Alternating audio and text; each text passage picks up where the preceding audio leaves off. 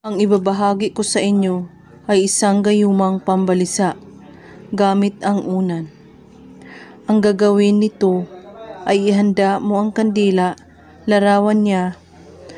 Bago kayo matulog sa gabi, sindihan ang kandila at magdasal kayo ng isang Ama namin. At pagkatapos mong magdasal, usalin ang 3 beses ang mga salitang ito.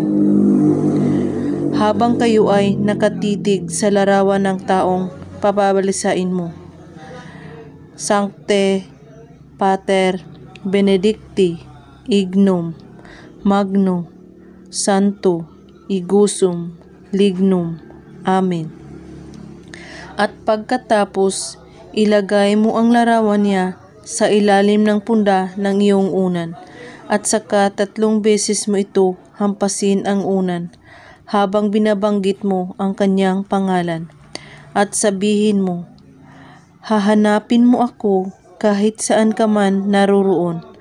Hindi ka makakatulog sa araw at gabi, at hindi mo ako ang laman ng iyong isipan. Habang ginagawa mo ang gayumang ito, kailangan siya lang ang laman ng iyong isipan. At pagkatapos, matulog ka na nakasindi ang kandila, at hayaan itong matutunaw at maubos. At uulitin mo ang ritual gabi-gabi hanggat makikita mo ang epekto nito.